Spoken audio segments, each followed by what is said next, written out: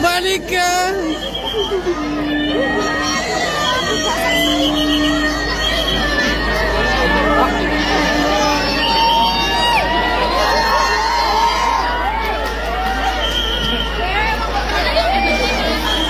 Jangan dorong-dorong, Pak.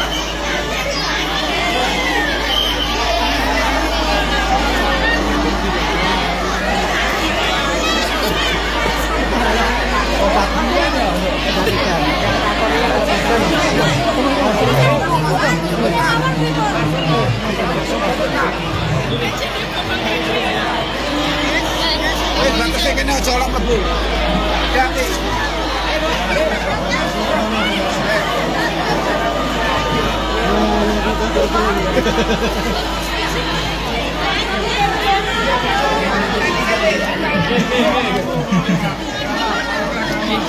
Pun Pak ditutup mawon, Bapak.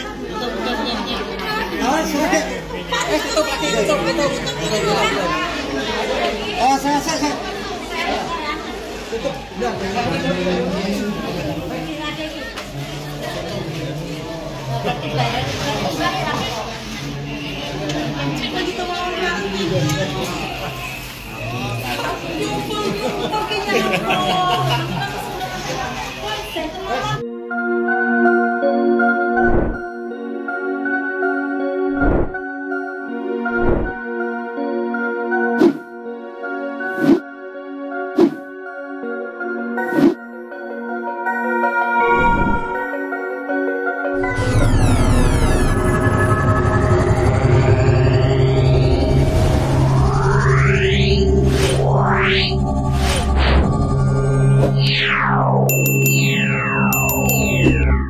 Pak ditandur anggone kagungan kersa nuwun inggih menika hari ulang tahun. Sing dadi usahane ya HUTCV Deta Besi Indo Prima. Pusatnya besi dan galvalum. Wah, ke-12 tahun. Ana 6 yen ora kleru cabange nggih, Dik Bagong. Cabange wonten 6. Ingkang angka setunggal mapan wonten ing Tanjung Rejo, Loceret, ngono. Cabang keloro mapan ana ing Imam Bonjol, Mayaman. Terus ana meneh ana ing Jalan Raya Rejoso Gondang, Desane Talang, Rejoso Nganjuk. Terus ana meneh ana ing Jalan Basuki Rahmat Omarujayeng Tanjung Anom, ana uga kang mapan ana ing Jalan Raya Kediri Nganjuk Ngringging Tarokan, kang sarta Jalan Kartini Papar Pelemahan Pare Kediri. Wah, ngono ya Le. Nek ora maju tenan ora mungkin cabange pirang-pirang. Ayo. Mula wis sak wajibe awake dhewe sing wis ngaku bapak ya toh karo panjenengane Bapak Pak ditandur mengucapkan terima kasih yang sangat banyak, ngaturake panuwun ingkang tanpa pepindhan.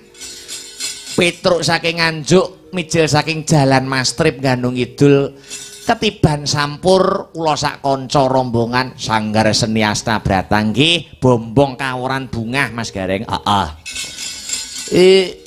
Minded yang seni lan budaya, wabil khusus pecinta wayang kulit. Wah, luar biasa. Apa meneh Pak ditandur.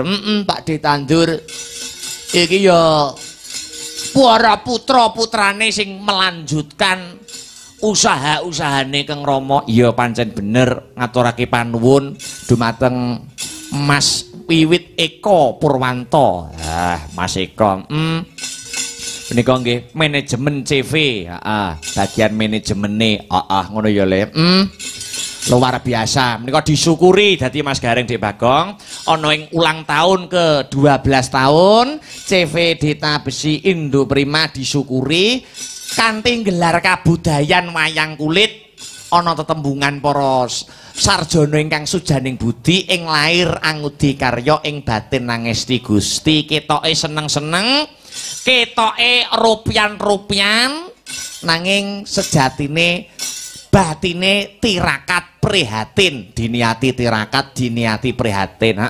Supaya apa sing dadi gegayuane Pakde tandur sagutra kedepane bisa luweh maju Kang Sarto, apa wae kang dadi gegayuhan idam-idamane bisa kasembadan Kang Sarto ginayuh. Amin amin ya rabbal alamin. Iya.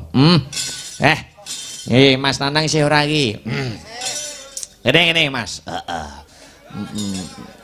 Bawa. Iwang ngono aku kene ya.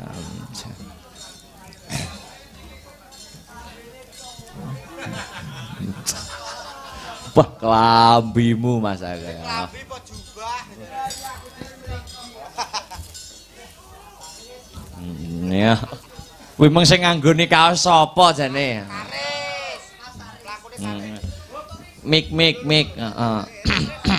bocolke iki. Dalane rene ya. Iya, heeh. Ya lagi sintane. Selamat pagi Wilujeng Enjing. Kleru.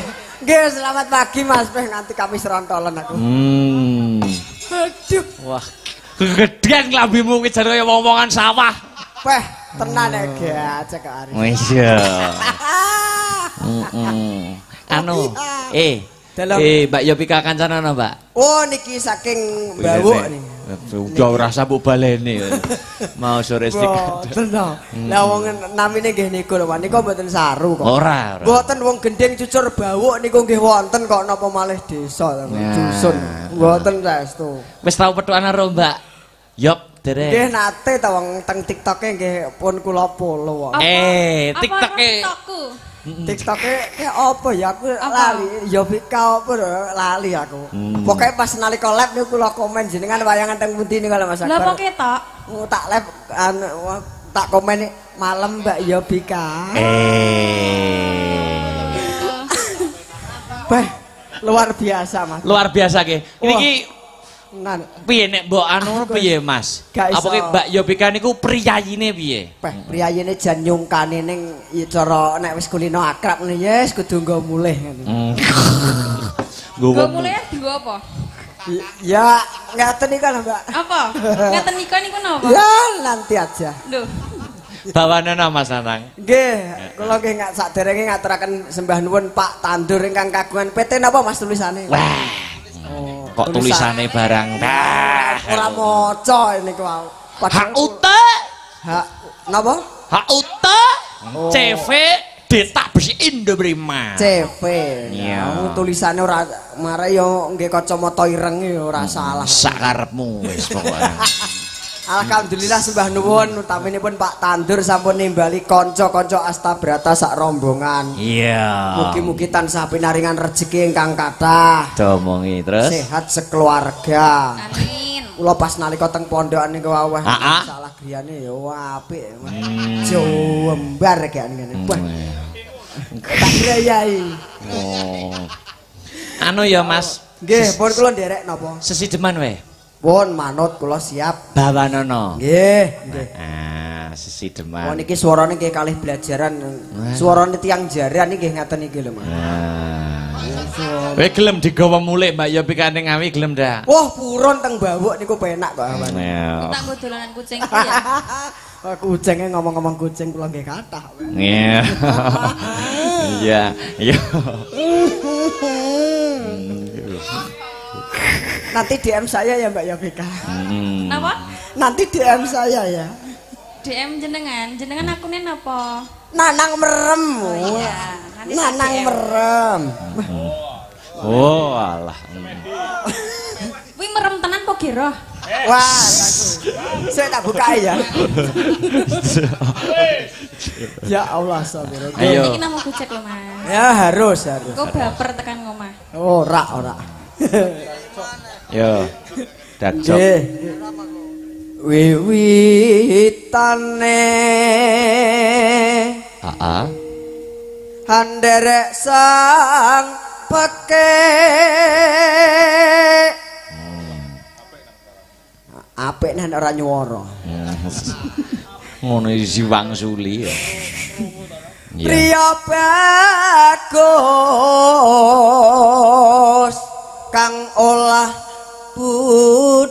saya Genten Yovika.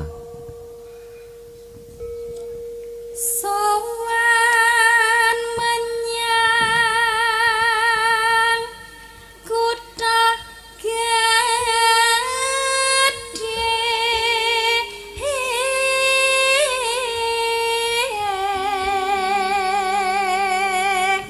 Suarane piye Mas Anang? Pas suarane cetar membahana. Saestu. Cetar ya. Wah, saestu weh. Iya. Pitik turu bareng dong lilir. Nah. Kula nek mireng suarane Mbak Yovika maune liir-liir malih mboten. Iya. Krungu suarane Mbak Yovika pitik-pitik dong lilir ya. Kula mawon nggih ngoten maune teklak-tekluk bareng Mbak Yovika pun nyuwara ora nggur pitik sing lilir. Iya. Terus. Oh iya.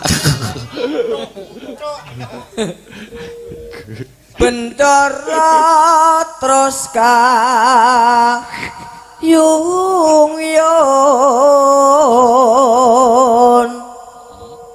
selendang kuning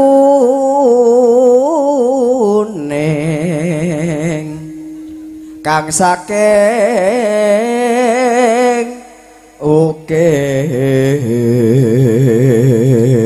sampean entuk salam nggih saking Pak Waris nggih Pak Waris Sugiono sugeng wah niku mboten hadir nyimak teng griya nggih sugeng wungon Pak Waris dari mana itu saking Surabaya. Nggih. Niku minded wayang nggih, penggemar wayang. Pak Waris niku selalu nggih absen. Leres, leres. Mbak Yop, yo. Swara kurang pramana.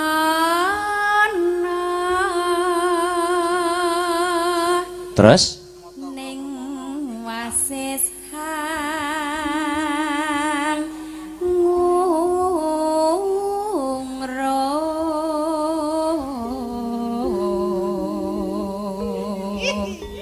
Kok Mbak Yovika tak kon mara ning omahku tak kon mara jam 12 bengi tak warai cengkok sing rada medeni wong. Cengkoke pripun niku? Pokoke marane harus jam 12 bengi. Oh, cengkok ngronggot. Suara kurang permono. Lah iya. Mas aku tak tanglet. Dalem. Jenengan niku swantene kok suwae ngoten niku jamune sinten? Kok jamune apa? Jamune sinten nggih jenengan iki anggere pun krungu suarane jenengan pun makyar. Oh gitu. Yo pika yo kuwuk. Jamune napa kok sinten? Lah nggih niku maksud kula jamune napa? Cucrup bun-bunamu engko. Terus Anggung rong marang bendoro. Yop. Tiasulis piyo pijer ngincangake halis. Kamera close up ke wajah Yovika. Kamera. Wis brung, sik kokono lho. Nah, njejal ngincangke alis tak hitungi ya. Koyo piye ngincangke alis? 1 2 3. Ya. Bayo apik. Mas Anang saiki close up ning Mas Anang. Aku ora iso Mas aku ngincangke alis ndak kulino aku. Iya. Wah, iso apa ora isone kur ngene tok. Koyo malah ra karo-karuan. Isone kur kaya ngene. Dadi kula nek nginceng Mbak Yovika ya wis anggur ngene. Mas ya Allah Mas Dalang kula niku nek biasanya kan Mas Nanang niku kaca moncrotan nggih. Kaca moncrotan piye to? Mata. Bareng dibuka kaya tiba-tiba aku sih tanpa upama Mas. Domong iya. Ngono ku sapa? Ya Allah. Biasa.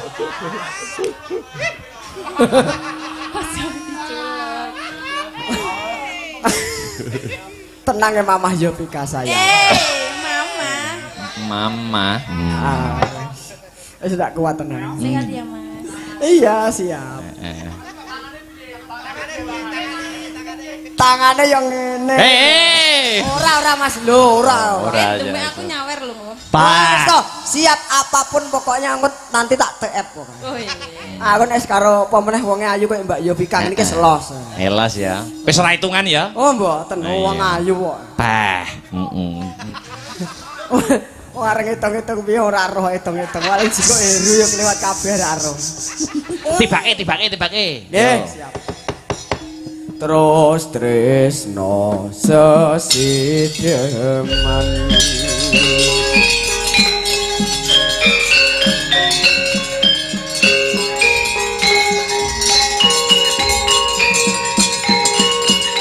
Sak lari ya. Nggih, siap.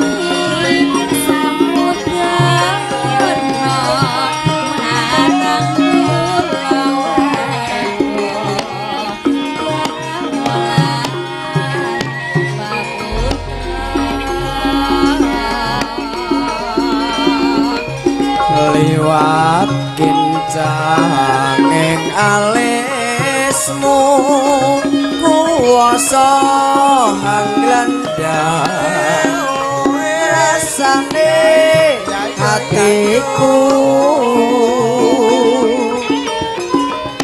nadyan wis ning serius aku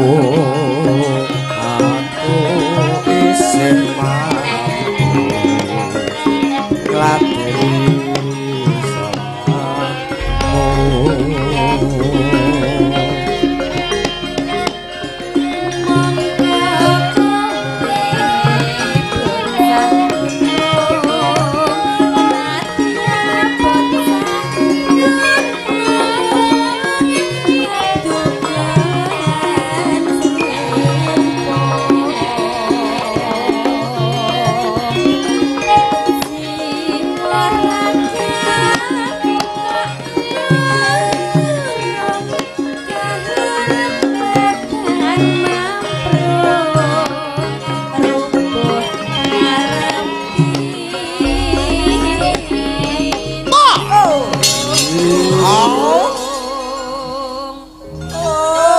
Kowe ngerti ora Mas Nanang artine krubyuk? Rubuh ngarep pinjung. Heeh, rubuh ngarep pinjung. Rubuh ngarep pinjung iki apa ya bahasane? Aku ki soalnya marah ya urung tau percintaan dadi ya urung pati apal. Yo latihan karo Mbak Yovika. Ya, makane kuwi mula kuwi to Mas. Mulai perlu pembelajaran. Dadi kok Mbak Yovika piyambakan lho Mas Nanang. Ngawi ke Nganjuk itu sendirian. Nggih, kula ngertos kula. Mangterke mantuk. Karep kula ngoten, sir kula nggih ngoten. Mengene timbangane enek bahaya? Nggih, soalnya teng dalan niku codot sak pirang-pirange. Kula niku nggih kuwatir kula. Nah ya, sampean gonceng ya to? Nggih. Ben kali saka codot sing gonceng luwake. Mengke terus ijabe teng kafe wae. Yo, lanjut. Walah. Urip. Ya. Iya toh Mas ini Siapa? kalau arep ngomongnya arep muni nembangnya Ya ini tandanya sehati saya. Oh gitu. Sampeyan kok mau tak pacaran apa ya gelem? Oh saya mau. Aku seneng kok. Tapi aku sing ngomong. Duh, piye to ki apa kelakon tak rudo paripaksa. Lah, kowe njaluk apa wae bakal Paribasan njaluk apa wae bakal tak sembadani waton ora njaluk tumurune lintang kang sarta rembulan. Yovika mang sukane Mas Nanang. Nuwun para wingkang minulya. Ya. Mengaten kula langgam sesideman sampun katur. Ayo. Nggih, terima kasih. Nggih Mas Akbar sembah nuwun. Ayo, dongakne aku Nang. Ya panggah nek kula ndongakne mboten angel nek kanggo sampeyan muga-muga gendang angsal jodoh sing seiya sekata sehati. Amin. Terus Sehat sekeluarga, Amin. rezekine lancar. Amin. Donga kula sepun Simpel ngoten mau. Heeh, Mbak Yobika dongane ya. Mbak Yobika muga-muga tambah cantik. Ya. Terima kasih. Kula lek ndongakne wis penak. Aso. Wes makasih Mbak Yobika. Nggih, sembah nuwun. Mas, Mas, cemplon. Kok iso arep atraksi lho. Sadurunge Mbak Elisa anu sih, heeh. Dik Sinta sih, heeh, sak lagune. Yo, Dik Sinta jumeneng, Dik. Heeh, yuk sepoti, Cok. Heeh. Hey. Orang gema banyu sekelen disaran drama ake lekong Surabaya keder mung sinen matiun matiun Oke. Bapak merdeka Selamat pagi Dik Sinta. Selamat pagi Mas Akbar. Ya, saiki anu sing bernapaskan musik Musik. karo Mas Heru yo, enggak apa-apa. Nggih, monggo Mas Heru. Wes ya. Sama. Oh iya Mas disepoti suira metu Mas. Ya. Lo.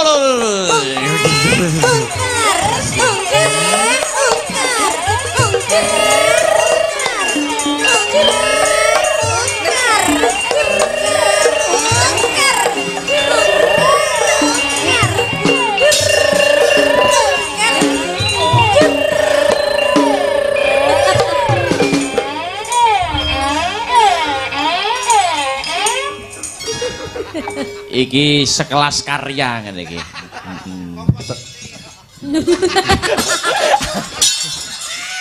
kurang ajar kayaknya. Baik kerjain aku tuh Pak. Selamat pagi Mas Heru. Selamat pagi Mas Petro. Wah, iso ketatap. Lah anu kedawan mik. Domong ya. Kedawan mik apa kedawan? Kok iso nyalahke mik lho. Apa nih lagunya nih? Apa ya enaknya Sing ya? gebrak suasana pagi hari ini. Heeh. Apa? Apa? Manut. Asmaranala. Asmaranala. Heeh, Asmaranala. Mas Tris, Asmaranala. Berarti gamelan gak ikut dong. Sing dhuwure terus nak gamelan mau melok. Baik. Ki aku kok sing ra teko. Teko-teko. Tak warai bolak-balik mosok kualitas ra. Mosok. Aduh, wong ya. Apa Bu kok melili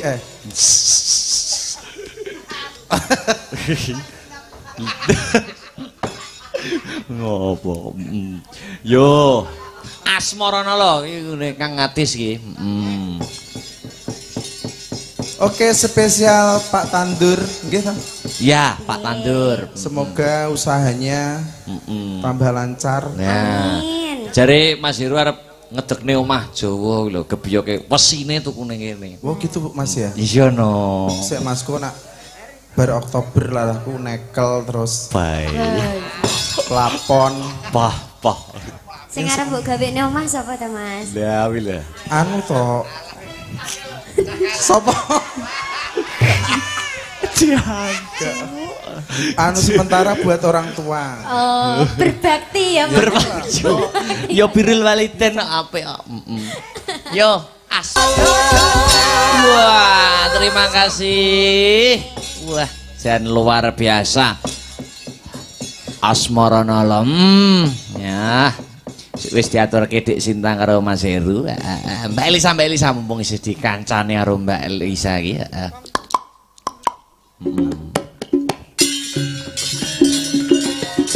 Monggo Mbak Yu.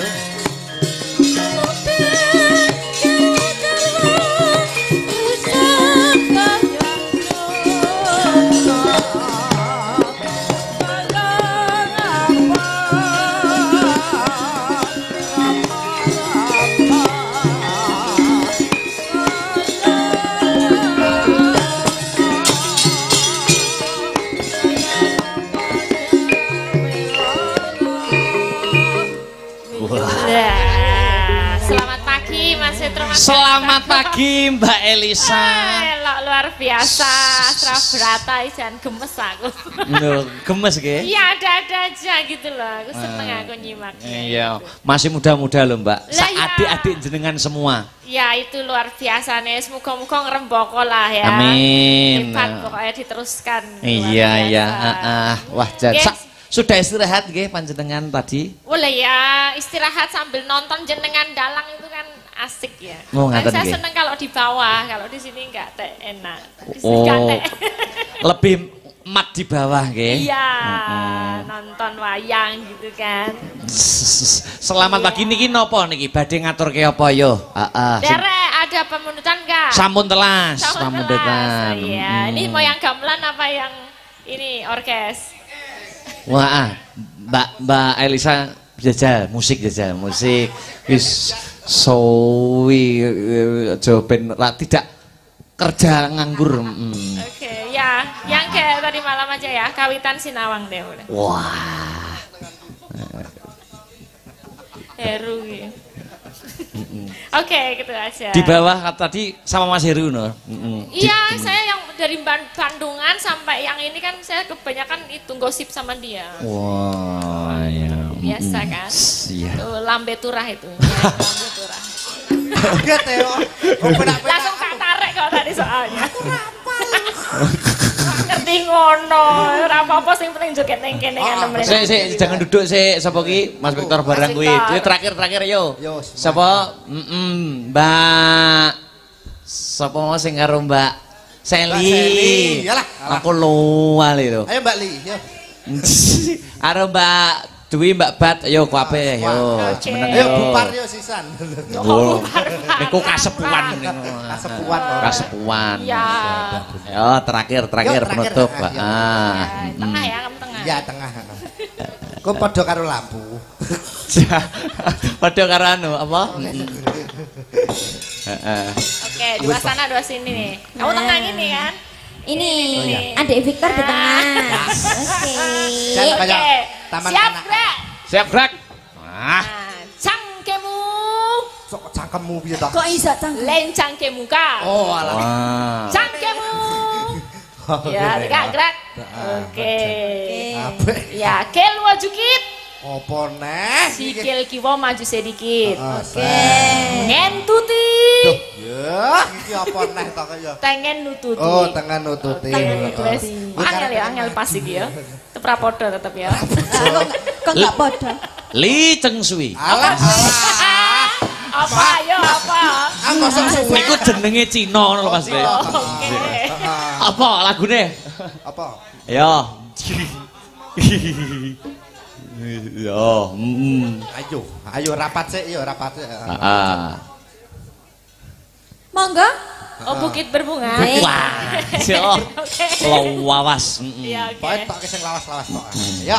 Menyesuaikan, Mas. Kan ngeten iki lak bunga-bunga tok. Ya, lah iki apa nih? Bukitnya. Kira sing mambu. Aku ki pot. Pote. Aku ki pot. Cilik gede bundel. Oh, rapo ya. Wah.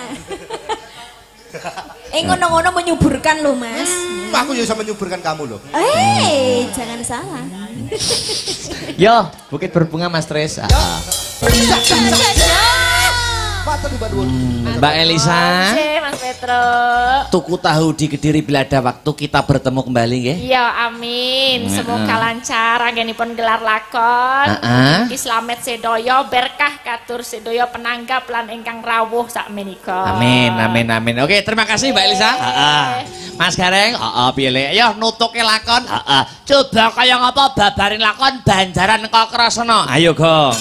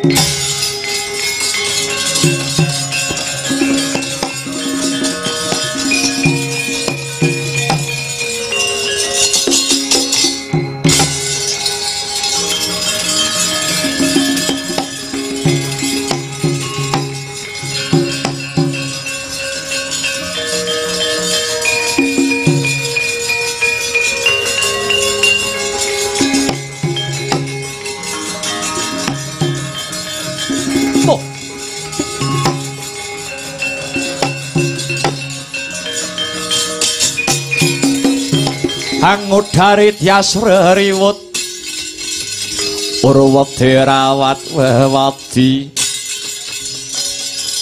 wedi lamun kauningan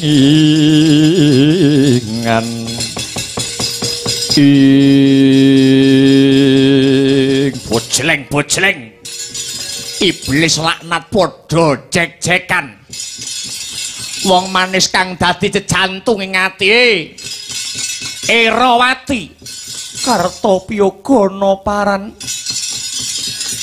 kowe wis kelakon ndak cidra saka negaramu Mandaraka iki wis mapan ana negaraku negara Guwa Kadasar tambanono brangtane pun Kakang Kartopiyaga aja ta sira Yayi Erawati tansah leda manuta dadi jatuh kramane Kartopiyaga jeneng sira Erawati ora bakal tiba aning parang curi nanging bakal tumiba ana ing kasur babut eling-eling besok kalamun wis titi kala mangsane bapakku ya kuwi Prabu Kuranda Geni wis lengser ke Prabon aku anake lanang Kartopiyaga kang anyulihi keprabon negara Guwa Kadasar. Aku calon ratu ning negaraku Guwa Kadasar. Yen kowe gelem tak arabi tegese Erawati dadi garwa Prameswari ibune wong sak negara Guwa Kadasar. Aku ora bakal gelem dadi bojomu. Apa kelakon tak ruda paripeksa Erawati?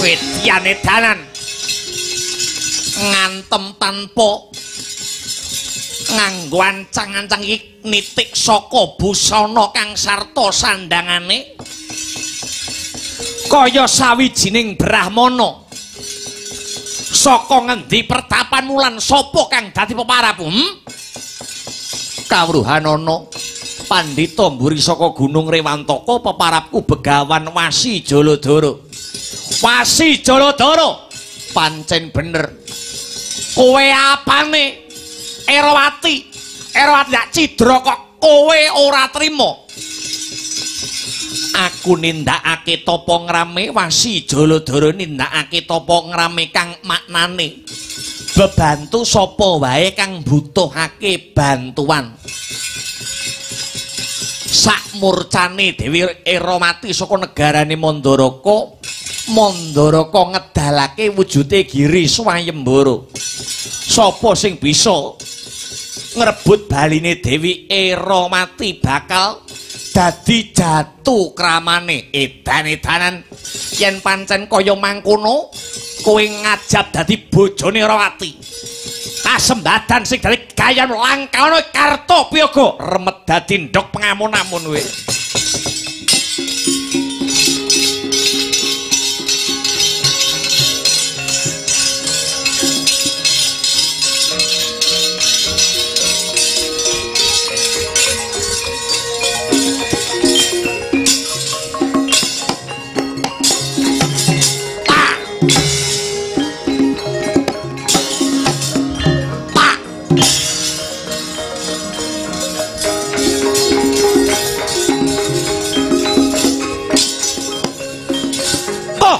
Wah. Hei. Wah.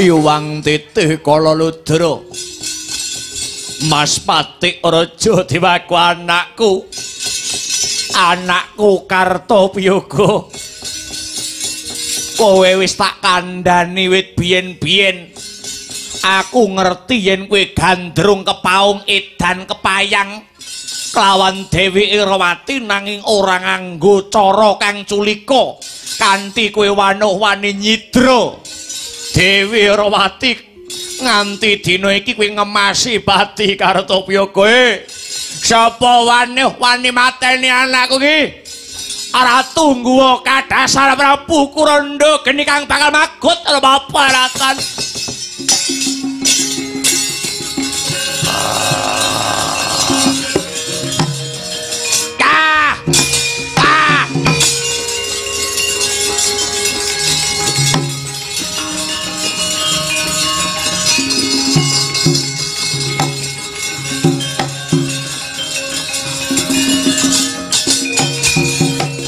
Sopo iki?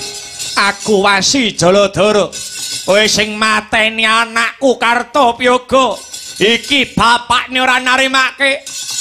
Ratu Ngguwa Kadasar Prabu Kuranda Geni. Ayo maju. Maju kepara ngarsa Wasi Jaladara ora bakal gigrek ulune slomba kakek bebuang aku ya. Tah.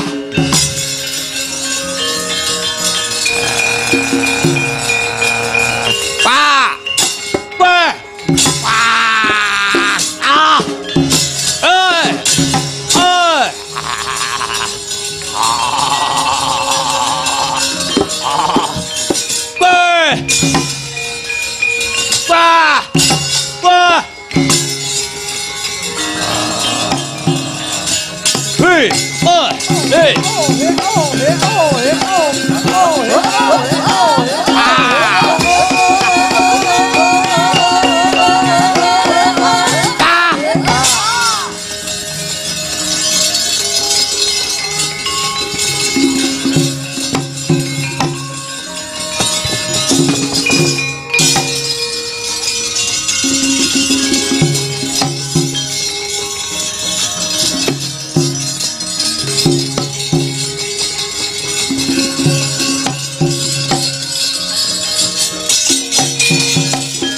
Ya jagat ya Dewa ya Bathara. Kakang Wasi Jaladara sajake kaseser yuda.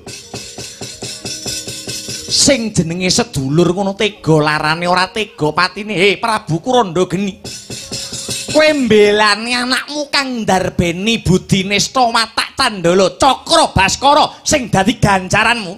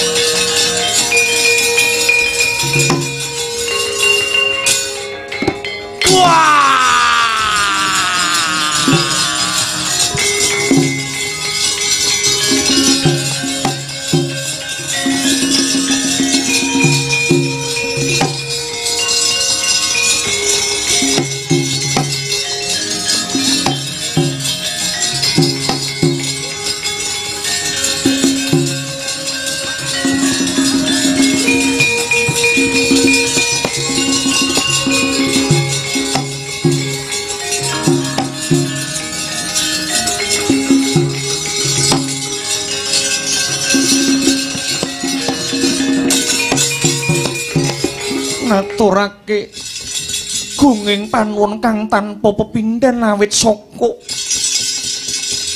pambiyantune Wasi Jaladara ingkang sembada ngluwari panandhanging Erawati. Iya Erawati, wis dadi sumpah Erawati, wis dadi patembayaku. Ora nyawang endhek dhuwuring derajat pangkat. Sapa wae bisa ngluwari panandhange Dewi Erawati. Yen wadon ndak anggep sedulur kadang Sinarawedi. Kalamun kakung bisa ngukup jiwa ragane Dewi Erawati.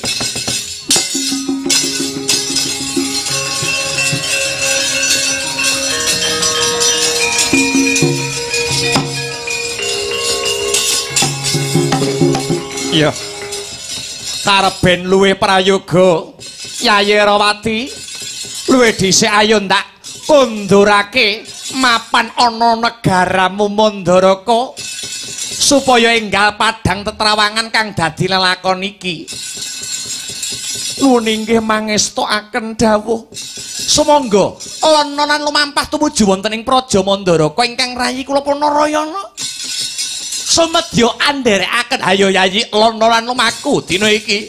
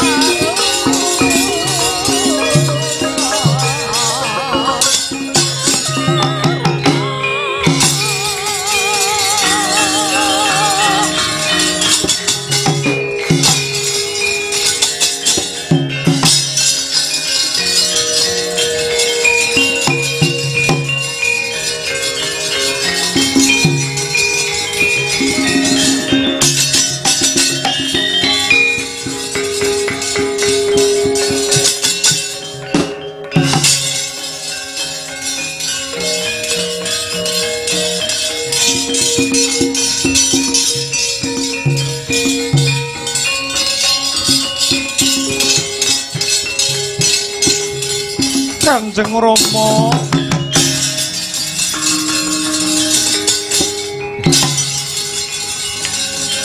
Oh, anakku.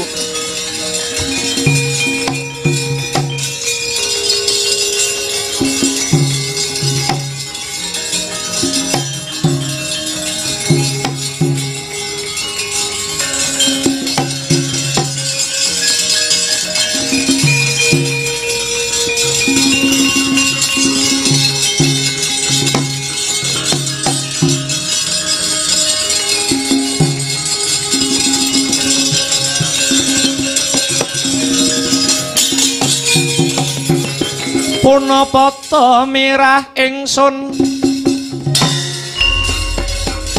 prihatin was panggung mijil tuku dahat tanpa karya sangkang rinamakan Gusti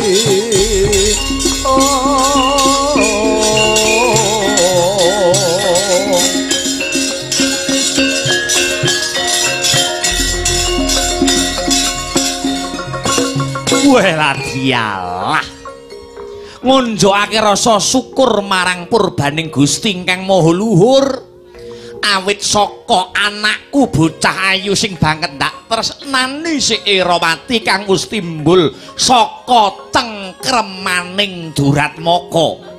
Nuwun inggih Kanjeng Rama sembah pangabekti kula kunjuk. Iya wis ndak tampa gawe bombonging rasa ora liwat pangestune wong tuwa ditampani. Kula tamping asta kalih mugi andatosaken jimat sing bisa ngluwari panandangmu sapa Erawati.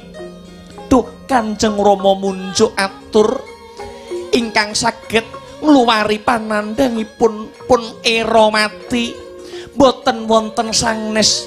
Nuwun inggih pandhita saking Arga Rewantaka ingkang apeparap wasi Jaladara. Nuwun inggih duh Kanjeng Sinuwun rada maju sing dadi lungguhmu.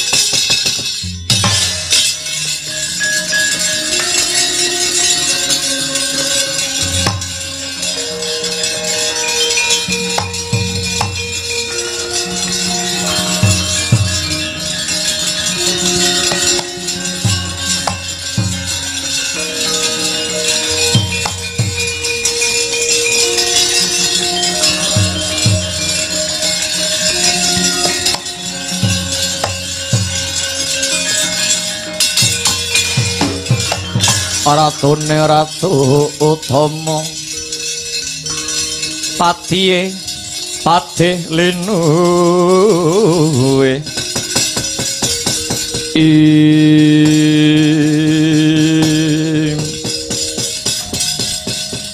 peparapmu wasi Jaladara saking Arga Rewantaka kok kowe bisa ngluwari panandange anakku si Erawati. Nuwun inggih duh Kanjeng Sinuwun kepareng munjuk atur kabar sumebar pawarta sampun waradin mbok pilih praja negara Mandaraka angedali wujudipun Giri Swayembara.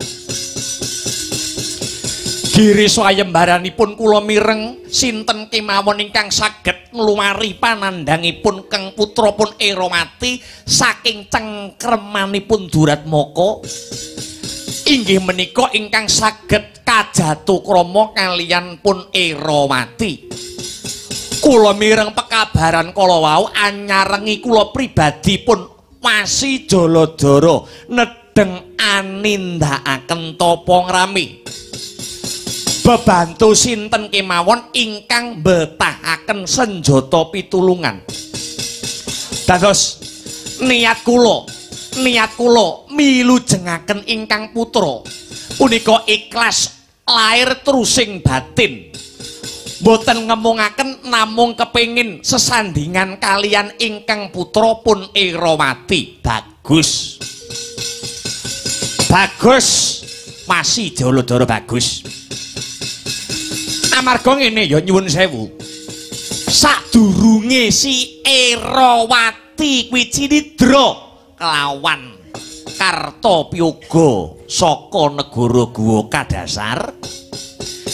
Kuwi wis akeh para raja miyang Narpati kang anglamar anakku wedok ya kuwi si Erawati, nanging babar pisan aku ora nayuk yani para raja miyang Narpati kang nglamar anak wedok si Erawati.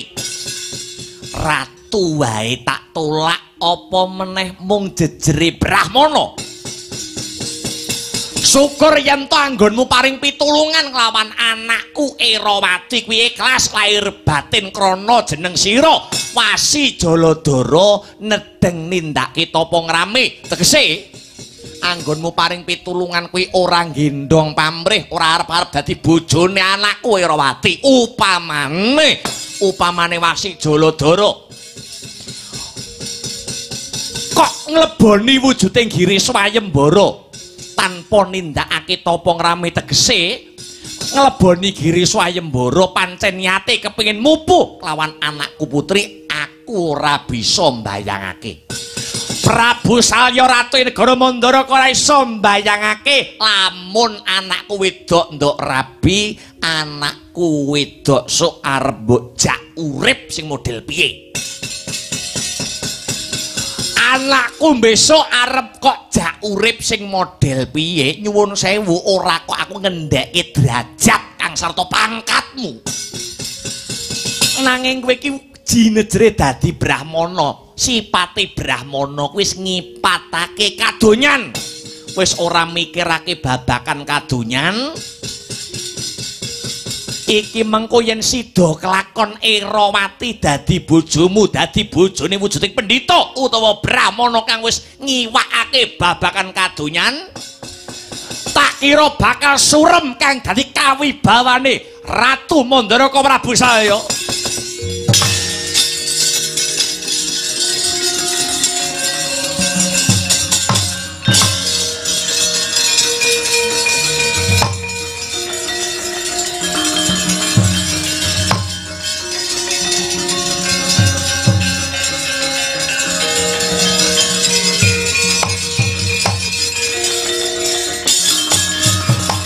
Nyoba laruta sakehing kuda saguru kula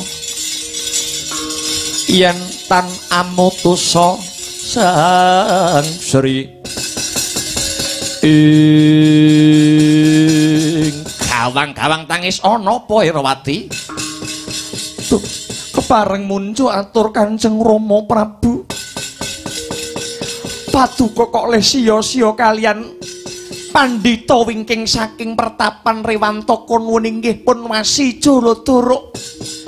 Kamangka ingkang putra sampun sumpah Erawati sampun patemboyo ingkang dipun sekseni kalian bumi kang sarta langit.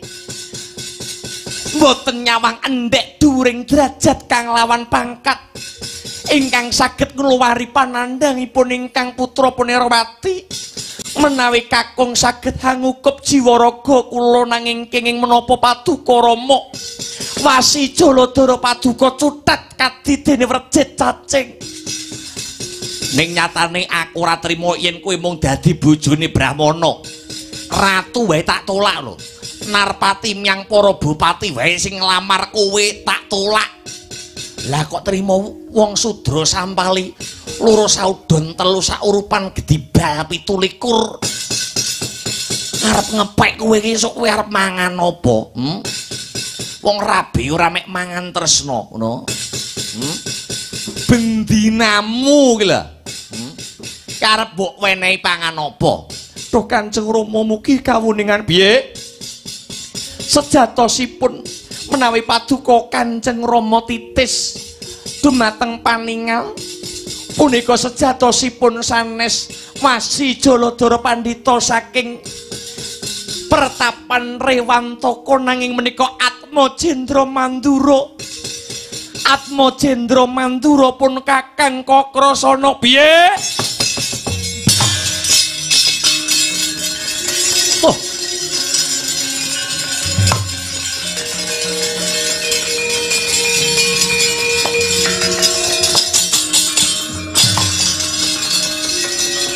Waduh.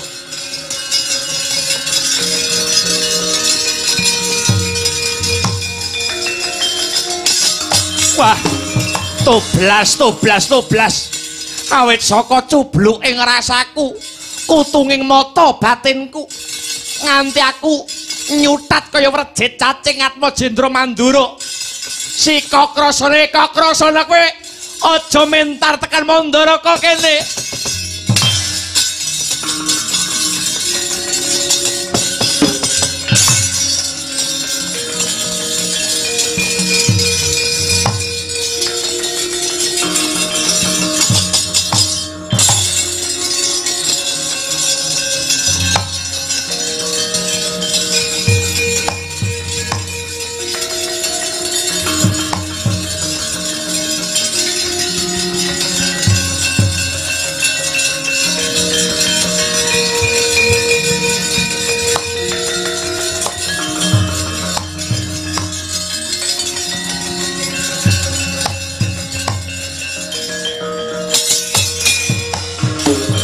Dewa-dewa sugata marang soreng perang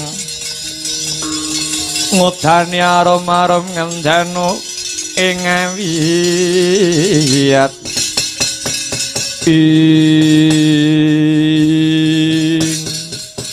punika pukulun Bathara Narada inggih sang Resi Kaneka putra ingkang hamerpeki titah pujang kara kula pun masih Jaladara. Prakinjong Pak Pong Buk bolong ngali cuding etan iline. Aku ngerti pun ulun wis tanggap ing sasmita tumrap pepetenging ati kita. Masih Jaladara ya Kakrasana anggonmu nindakake tapa ngrame. Anggonmu nindakake tapa ngrame antuk pacoban disepelekake karo ya kuwi Ratu Mandaraka Prabu Salya rak ngono ta?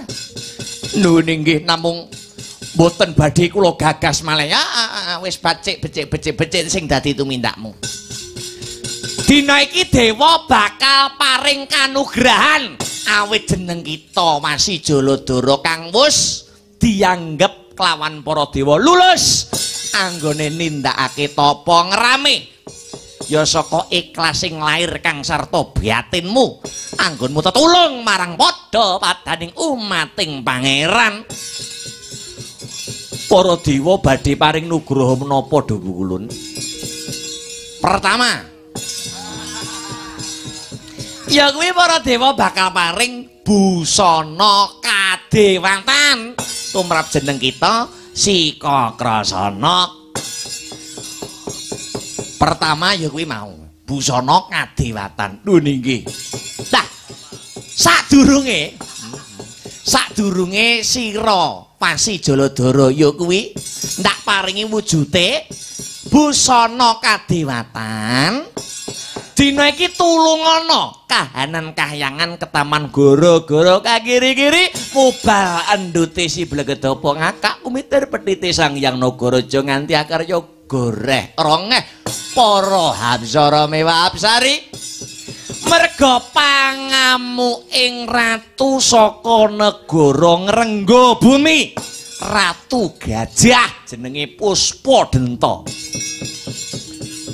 Gajah iya, Ratu Gajah naminipun Prabu Puspadenta ratu saka negara Ngrengga Bumi.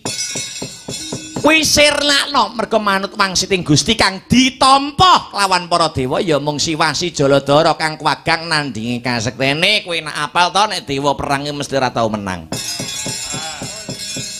Nuwun nggih. Ora apik klambine tak dewa iki. Nggih. Nggih. Mangestaken dawuh budhal adepana Prabu Puspadenta. Lho niki ngestaken dawuh.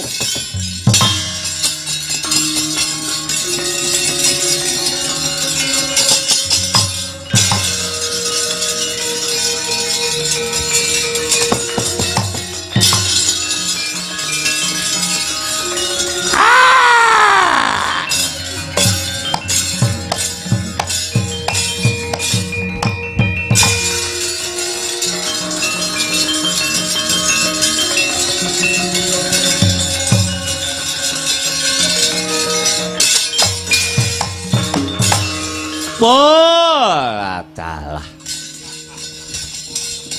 Sapa nu?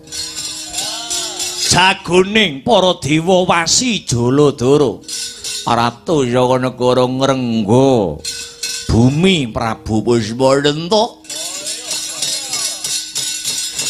Ayang langsung sang bawana balik kasempatan kang sinedya hadhep ana jagone para dewa.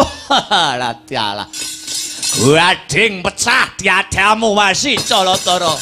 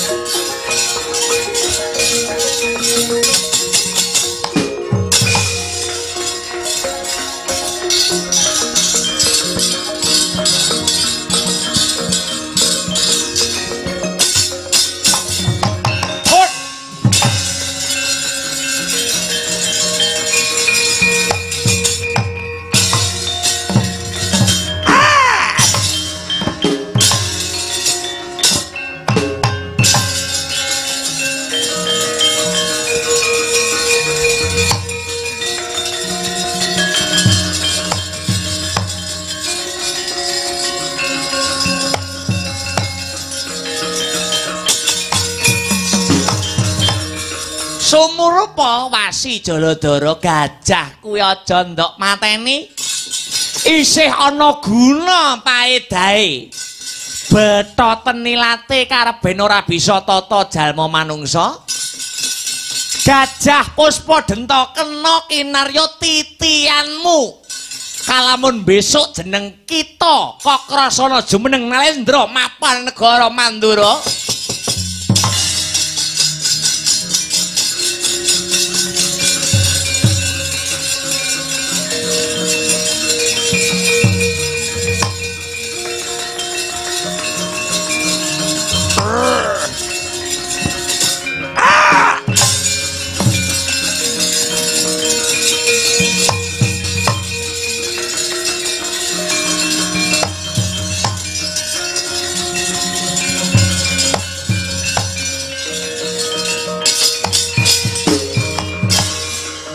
Wis mbok bethot. Sampun. Wis ora iso omong ilate mbok bethot. Nggih. Ki kenek nggo tumpakanmu. Ngono. Sak mangsa-mangsa wis dadi ratu mapan negara Mandura merga iki wis titi kala mangsane Prabu Basudewa bakal lereh ke Prabon busana kadewatan. Ya mbok takeh aku ngerti tak dandani ya Dela ya.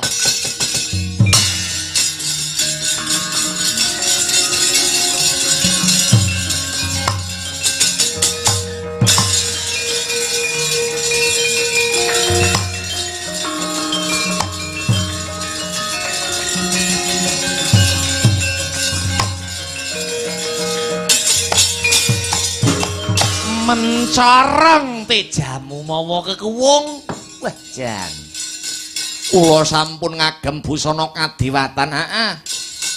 Tak tambahi tetenger merga jeneng kita wis bisa madhangake lelakone para Jawata utawa para dewa.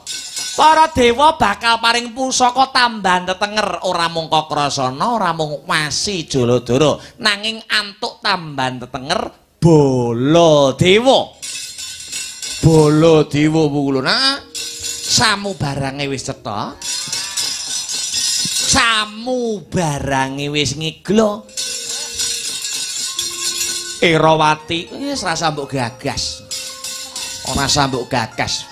Kira-kira wong wedok sing tidak menghargai kamu tidak usah kamu pikirkan. Ngaten penting kowe dadi ratu entuk tumpakan gajah. Sing temping kuwi. Ayo enggak lon-lonan lumaku ana ing negara Mandura. Muga-muga anggenmu dadi ratu sineksenan para dewa bisa nyerambai guyub rukuning para kawula miyang para bebrayan aku. Setia amangunku punya guyub meloni. Ya samparan tak dapat sidra sing aku irama.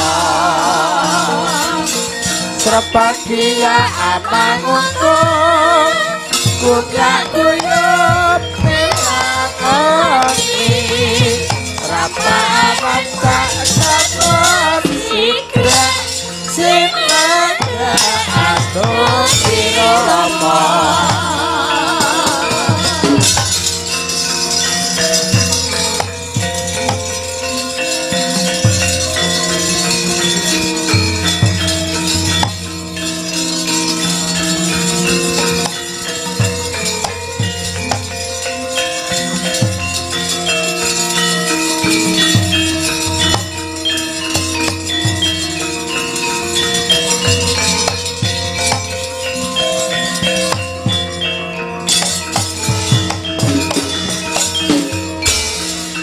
Dewa, kula wonten dawuh dhuwu kula. Anakmu wis tak dandani cara ratu nganggo busana ngadiwatan. Nggih. Jernyatanipun kula sampun titi wancinipun lereh keprabon. Wis tak tambahi tetenger bala dewa. Pun inggih. Ayo kok krasana lungguh dampar keprabon tak sekseni nang.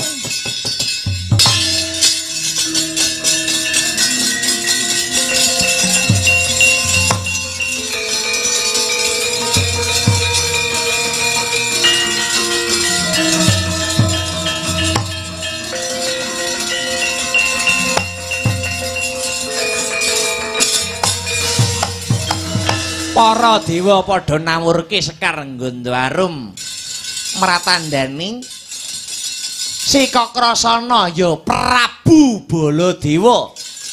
Iki mengko tundhone bakal bisa migunani anggonmu nyekel bawat pemerintahan kendhu kencenging negara Mandura.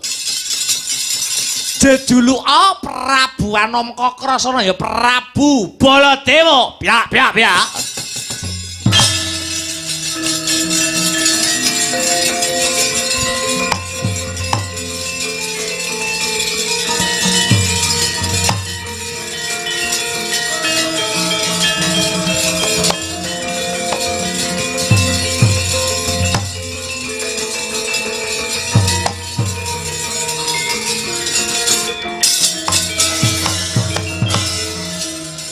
Ngapa iki Ratu Mandaraka? Yai nek ndayoh lho. Waduh, kula nyuwun pangapunten. Njaluk ngapura ngapa? Awit duk kepengker kula. Nuwun inggih punika mboten duga mana mbok menawi Wasi Jaladara ingkang angluari panandhang Atmaja kula pun Eramati tinemunipun jebul Atmajendra Mandura ingkang sakmangke sampun lenggah wonten ing dampar keprabon Mandura. Kula nyuwun pangapunten malah sakmangke si Erawati sampun sumpah menawi mboten sesandingan kaliyan anak Angger Kakrasana langkung becik dipun entengaken pejahipun. Ah ya berarti tinemune wis dadi judune Ju katuju dadi judune. Erawati nyaketa kelawan si Baladewa.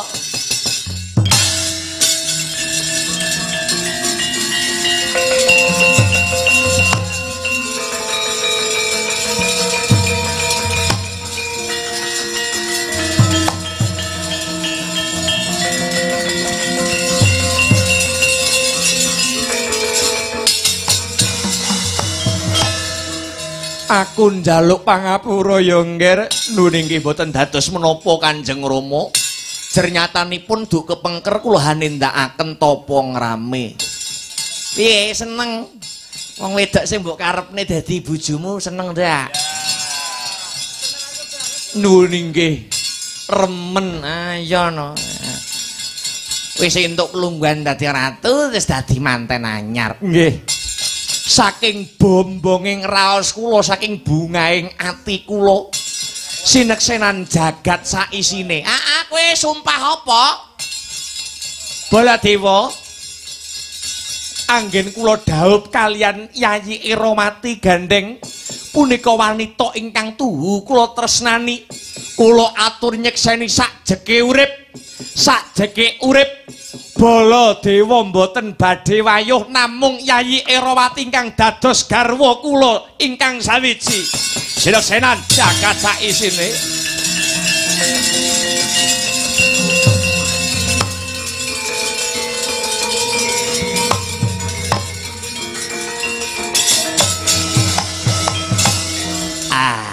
Sampun paripurna.